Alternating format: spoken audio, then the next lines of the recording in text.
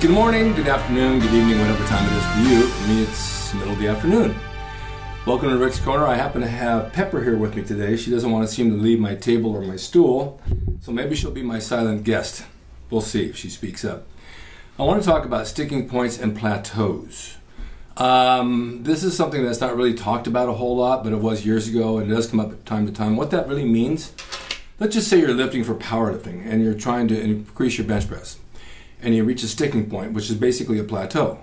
And you can't budge over a certain weight for the next couple of weeks. It's just not going to go any more than it was, and sometimes it goes backwards. What normally happens is that you've overtrained. You've trained so much that you're not giving your muscles a chance to recover.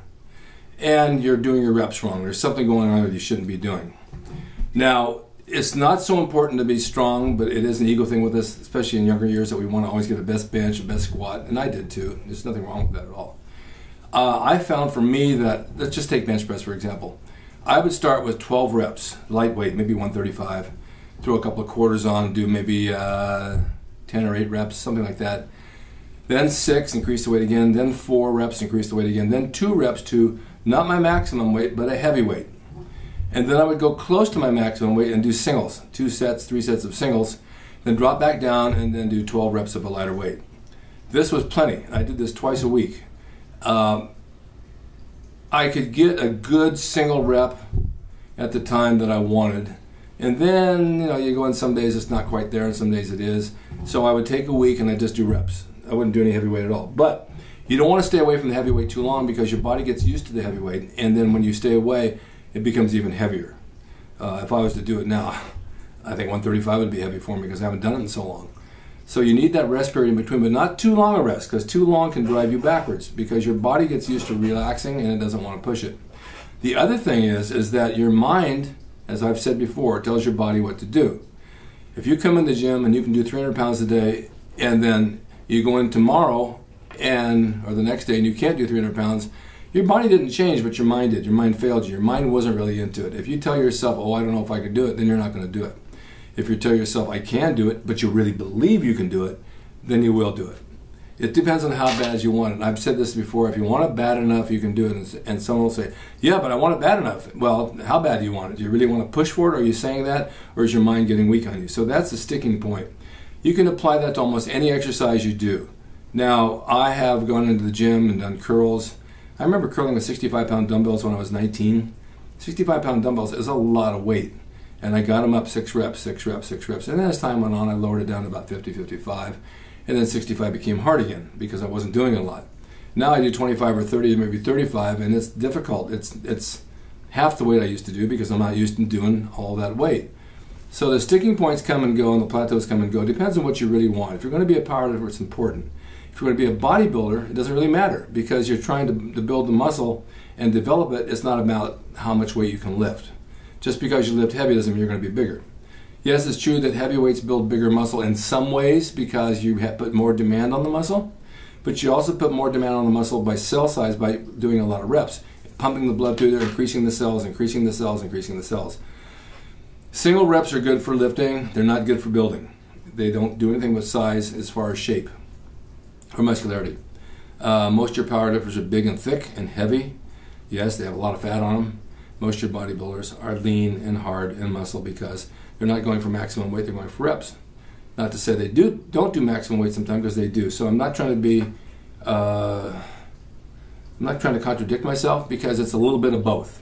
When I started training for bodybuilding, I trained as a powerlifter. It was important to me to be strong and gain muscle, gain size, and gain strength. Along with the strength came a certain amount of muscle and a certain amount of size, and a certain amount of body weight came up. I was entering powerlifting contests, bench press, squat, and deadlift. Yes, I got bigger, but I didn't have the muscularity I wanted until I started adding bodybuilding movements. And at that point, I started adding more reps and doing shaping.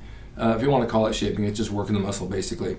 And I would get sticking points, and so I'd take 3 or 4 days off, come back strong, and it worked all the time. So those little rest days in between are important. And then somebody else asked me, so okay, you have a rest day.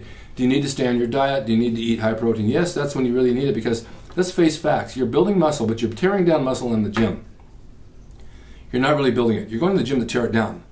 When it builds is when you rest. So afterwards you take your protein. If you take an afternoon nap for 20 minutes, when you sleep at night, I always take something before I go to bed, like some branched chain aminos. I take a little bit of fiber with it, and as I go to sleep, I envision these little guys in my body, hammers and nails, building my muscle and putting it back to repair for morning. And in my mind, it seems to work. So as when I get up fresh in the morning, go to the gym, I train again, and I can surpass the sticking point. Now, I had surgery in my hand 2 weeks ago, and they said lay off the gym for a month or two. And I said, no, I'm not going to lay off the gym for a month or two. I had it right here, I had a carpal tunnel. I went back, the next day I did legs, the next day I took a day off, and then the next day I did some chest and back, but I worked around it doing some sort of grips where I wouldn't have pressure on my hand. 2 days later I start to do more back and more work, and all of a sudden I've increased my strength by doubled on some of my exercises. Now I don't know what it was, the fact that I took the 3 days off and rested, the fact that I had the surgery, and I really took care of myself, but my strength increased quite a bit.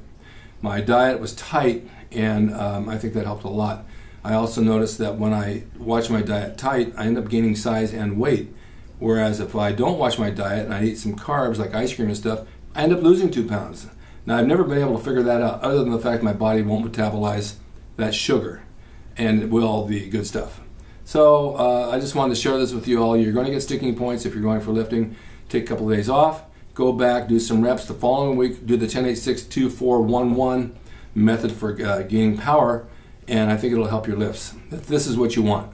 Remember, if you're a power lifter, yes. If you're a bodybuilder, stick to the reps and work in the muscle. You want to break that fiber down and build big muscle. You can go heavy once in a while. Don't go maximum all the time. Going maximum all the time really stresses your muscle out, stresses your joints out, it creates injury, and then it'll set you back 6 months.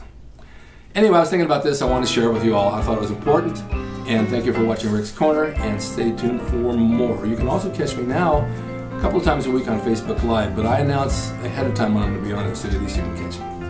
Thank you guys, and we'll see you next time.